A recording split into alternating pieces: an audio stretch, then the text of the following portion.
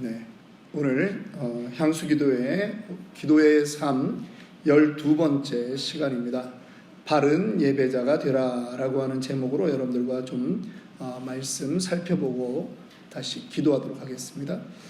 우리 지난과를 좀 요약을 해보도록 하겠습니다. 지난 시간에 우리는 참된 감사자가 되라고 하는 제목으로 말씀을 배웠습니다. 참된 감사는요, 어떤 감사라고 그랬습니까?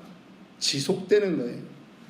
일시적으로 하다 마는 감사가 아니라 지속적으로 영원히 하는 감사다라고 했습니다. 낮은 단계의 감사를 벗어나서 높은 단계의 감사로 넘어가야 된다라고 했습니다. 낮은 단계의 감사는 뭐죠? 감사한 일이 내가 판단했을 때 있을 때 감사하는 거예요. 그런데 아닙니다. 우리는 감사의 그 삶의 패턴을 가져야 돼요. 하나님이 우리에게 생명 주셨기 때문에 우리는 어느 순간에도 감사해야 된다라고 하는 것이에요. 어떠한 상황과 조건, 그것을 넘어서서 감사해야 되는 거예요. 사람들이 생각할 때는 이런 상황에서 무슨 감사의 기도가 나오겠어? 라고 말할 정도로 그런 때조차도 감사해야 되는 거예요. 평상시에 감사 안 하면 그런 일을 겪을 때 감사라는 말이 안 나오죠. 그래서 우리가 그러한 감사하는 인생으로 살아야 됩니다. 감사는 말과 찬양과 기도뿐만 아니라 헌금과 우리의 헌신으로 표현되어야 될 뿐 아니라 영적인 모든 영역, 또한 눈에 보이는 사람에게까지도 우리가 구체적으로 확대해야 된다라고 지난 시간에 말씀드렸습니다. 오늘은 12번째 시간입니다. 바른 예배자가 되라. 왜 기도를 얘기하려고 하는데 예배를 먼저 얘기하는가? 기도자가 곧 예배자이기 때문입니다. 기도하는 사람이 예배하는 사람이에요. 기도 열심히 하는데 예배 빠진다? 그건 말이 안 되는 거죠. 도대체 누구한테 기도를 했다는 거예요? 그래서 기도자는 예배자인 거예요. 같은 개념입니다. 예배의 대상이신 하나님, 예배는 우리가 하나님에게 예배하는 것입니다. 가치 있는 분이 누구다 인정하는 거예요? 하나님만 가치 있습니다 라고 인정하는 거예요. 그래서 worship이라고 우리는 그 예배를 영어로 얘기하죠. worth, 가치 있는, ship, 어떤 것, 그런 뜻이에요. 그래서 하나님만이 가치 있습니다. 그래서 우리는 예배가 하나님의 인격을 높이는 그러한 행위라고 하는 것입니다. 하나님은 우리에게 예배 받으시기에 합당하신 분이십니다. 아무런 오류가 없어요. 하나님은 존귀하신 분이에요. 신명기 32장 4절에 그는 반석이시니 그가 하신 일이 완전하고 그의 모든 길이 정의롭고 진실하고 거짓이 없으신 하나님이시니 공의로우시고 바르시도다. 시편 145편 3절 여호와는 위대하시니 크게 찬양할 것이라 그의 위대하심을 측량하지 못하리라. 하나님이 찬양받아야 될 근거, 예배받아야 될 근거 5가지 적어보았습니다. 무한하신 분이시고 초월적인 분이시고 유일한 분이시고 지혜로우신 분이시고 절대적으로 온전하신 분이다 라고 하는 겁니다. 성경에서 예배의 모습을 가장 잘 표현한 것, 천상의 모습이에요. 요한계시록 5장 8절부터 14절인데요. 우리 오늘 말씀 나누는 본문이기도 합니다. 여러분, 좀 긴 부분을 우리가 읽었는데요. 제가 좀 질문하고 싶습니다. 먼저 8절부터 10절, 그러니까 누가 예배를 받는 것입니까? 누가 예배를 받아요?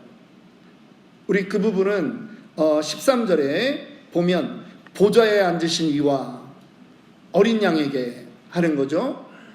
보좌에 앉으신 이와 어린 양, 하나님과 성자 예수님에게 우리가 예배하는 거예요.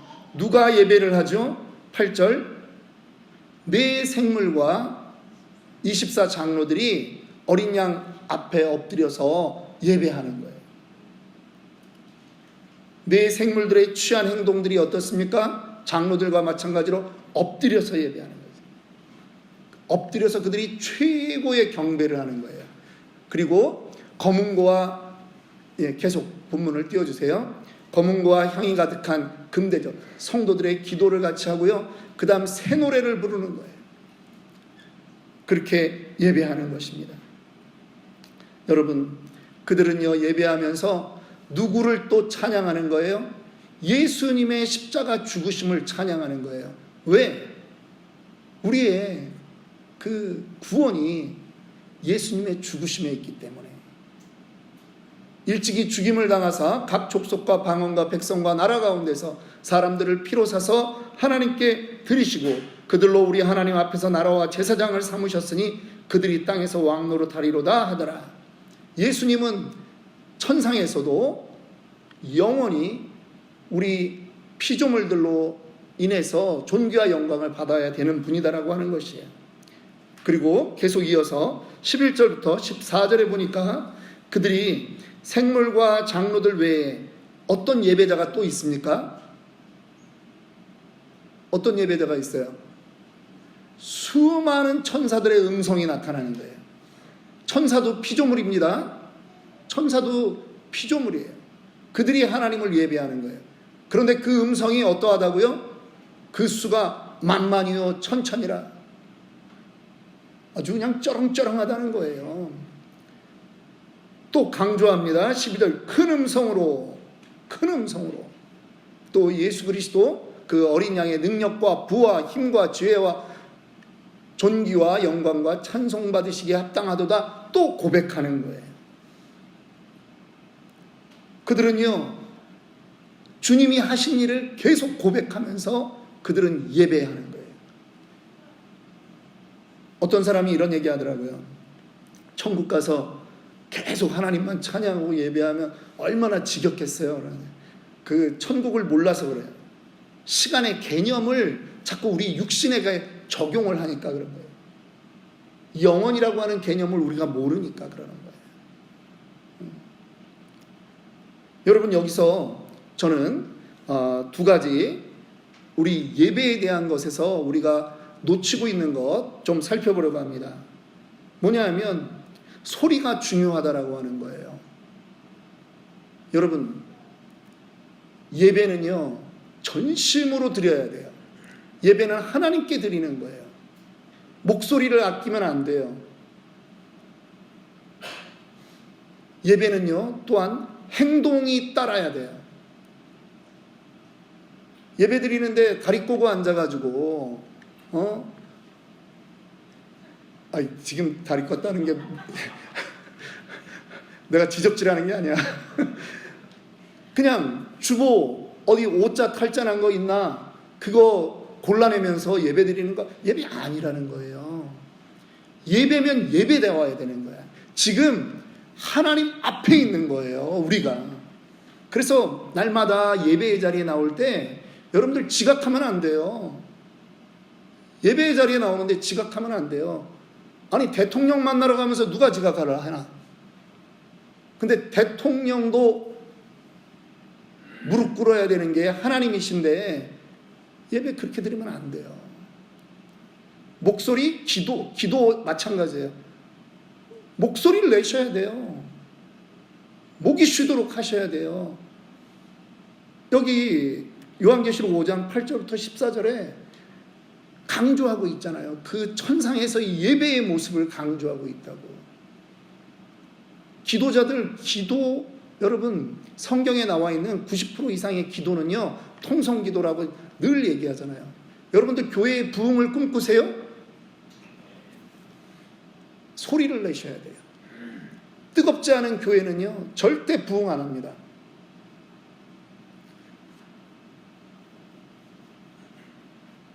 목사님들이 교회들을 다니면서 사람도 느끼는 거라는 거지. 사람도 느껴. 뭐냐면 이 교회는 정말 하나님이 그래도 관심을 가져주시겠다라고 느끼는 거예요.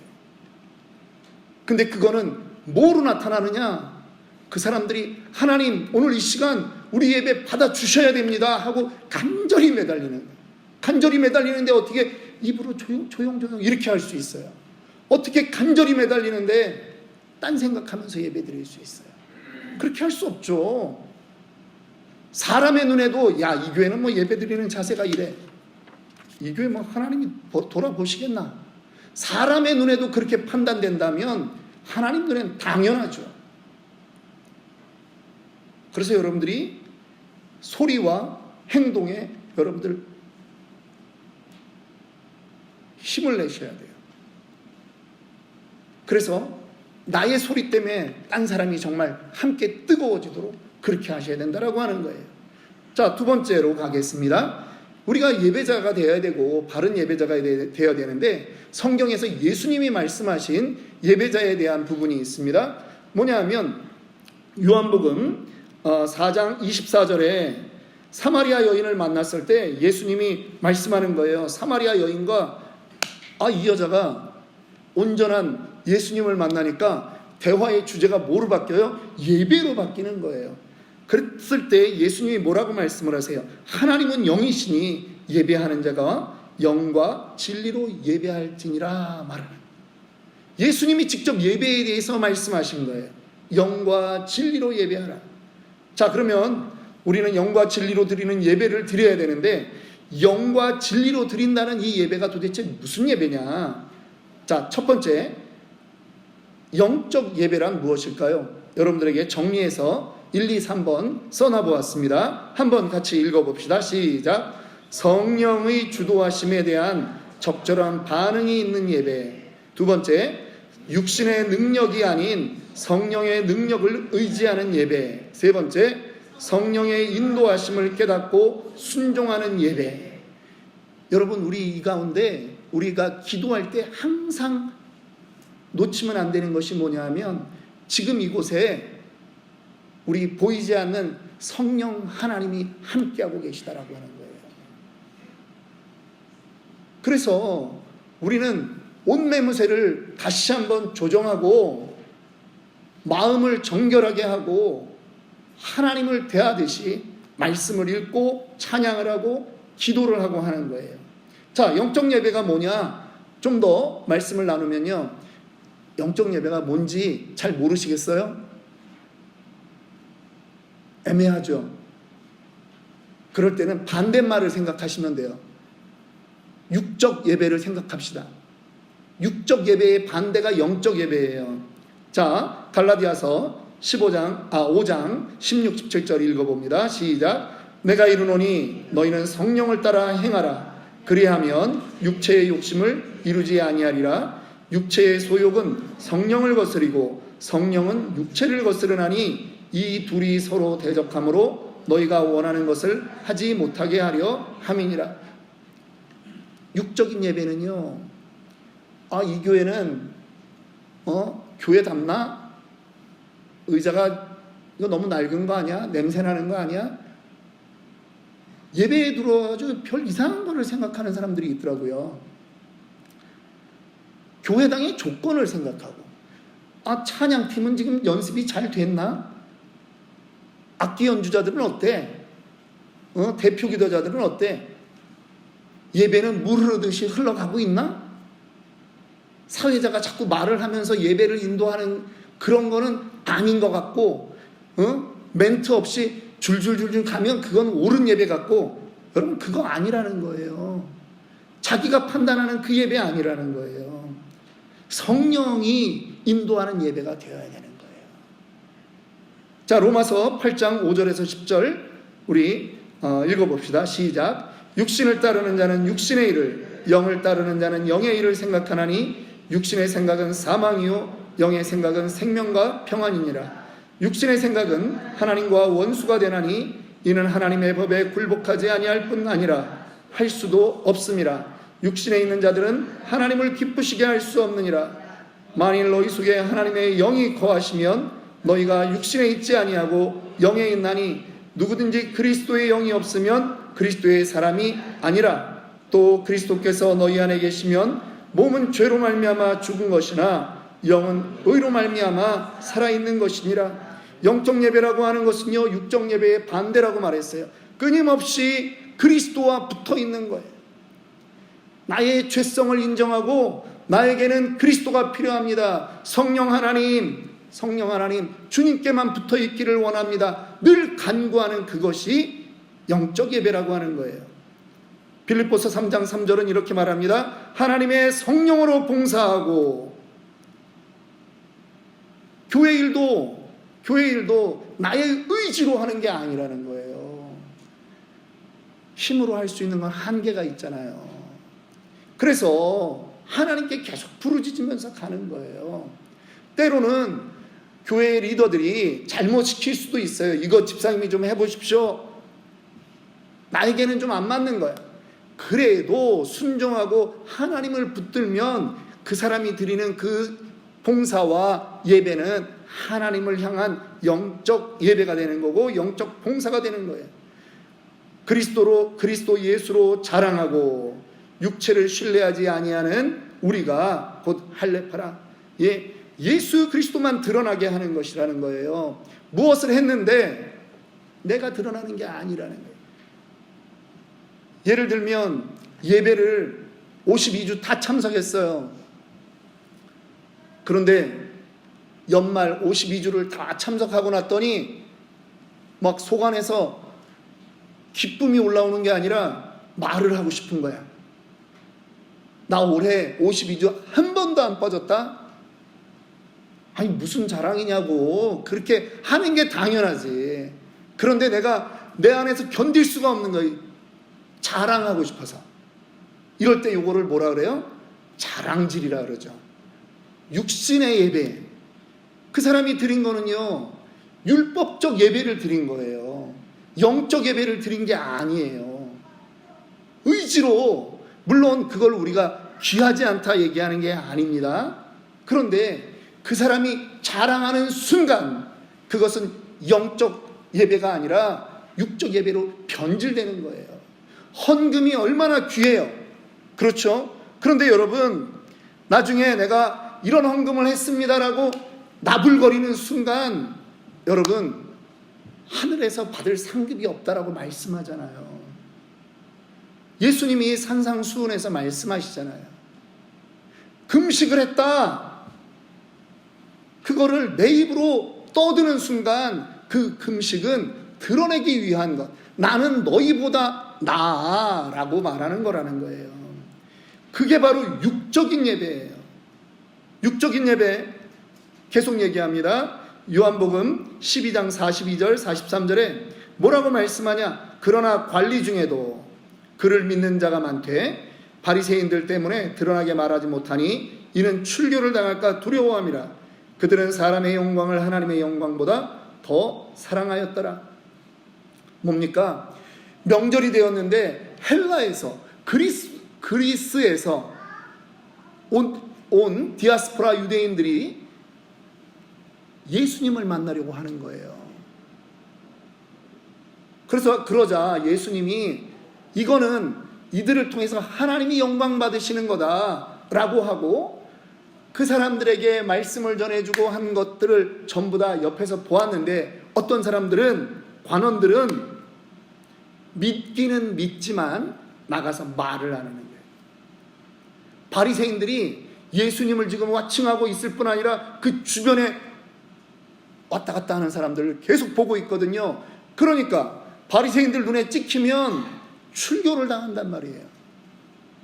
출교를 당하면 이스라엘 사회에서 자기는 밥줄이 끊기는 거예요. 그러니까 믿는다고는 하면서 자기가 그대로 안 하는 거죠. 그래서 예수님이 말하는 거예요. 출교를 당할까 두려워함이라. 그들은 사람의 영광을 하나님의 영광보다 더 사랑하였더라. 지금 네가 헌신하지 못하는 이유가 뭐냐? 돈 때문에, 먹고 사는 것 때문에 그렇다는 거예요. 왜 젊은 유대인 청년이 예수님에게 와서 선한 선생님이시여 내가 어찌하여 영생을 얻겠습니까? 얘기했을까요? 예수님을 존경하는 거예요. 그런데 예수님이 그를 사랑해서 얘기해요. 자, 네가 계명을 다 지켜라. 그랬더니 이 친구가, 그런 사람도 사실은 별로 없지만, 선생님 내가 어려서부터 이런 계명은 다 지켰습니다. 그 다음 구절이 뭐예요? 예수님이 그를 사랑해서 라고 말해요. 네가 가서 내 소유를 다 팔아 그들에게 줘라. 네가 지금 나를 따라오려고 하는데 너에게 소유가 중요하냐, 영생이 중요하냐. 그 청년은 재물이 많음으로 근심하며 돌아갔다라고 성경은 분명히 기록하고 있잖아요. 육신으로 예수님 따른다는 거예요. 그러니까 그들은 하나님의 영광을 더 사랑하지 않는 거예요. 우리가 이 자리에서 하나님께 예배드리면서도 똑같이 그럴 수 있다라고 하는 거예요. 여러분, 진리 안에서 드리는 그 예배는 어떤 예배입니까? 진리라고 하는 말의 반대말이 뭐예요? 거짓된 예배, 오류가 있는 예배. 그렇게 생각할 수 있을 거예요.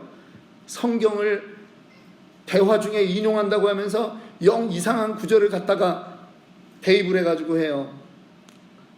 옳지 않습니다. 진리가 상실된 거죠. 성경은 또 말합니다. 야고보서에 가면 행함이 없는 믿음은 죽은 믿음이다 라고 말해요. 아는 것에서 끝나는 믿음, 거짓된 믿음이에요. 아는 것에서 끝나는 것으로 살다가 온 예배, 아는 것으로 끝나는 그 삶, 거짓 예배라는 거예요.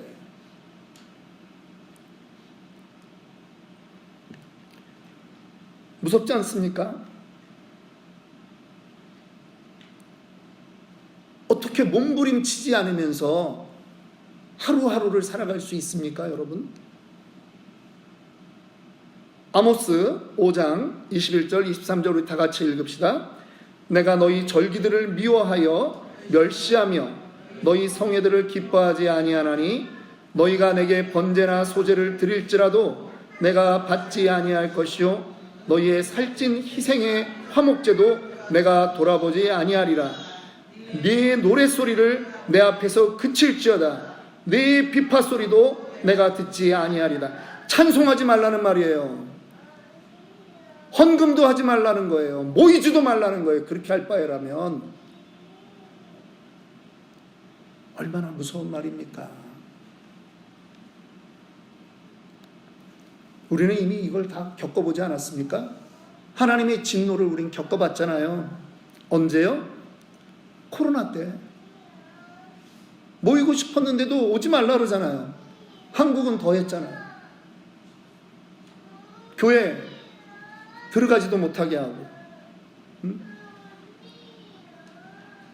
하나님이 닫아버린 거 아닐까요? 정부가 닫았다고요? 말라기서에 내가 이제는 너희가 드리는 그 제사에 그 연기 냄새도 맡기가 싫다. 누가 좀 나와서 저 성전 문 좀 닫아버렸으면 좋겠다라고 말라기 1장에 말하잖아요. 여러분, 예배는요 죽고 사는 거예요. 예배는 죽고 사는 거예요.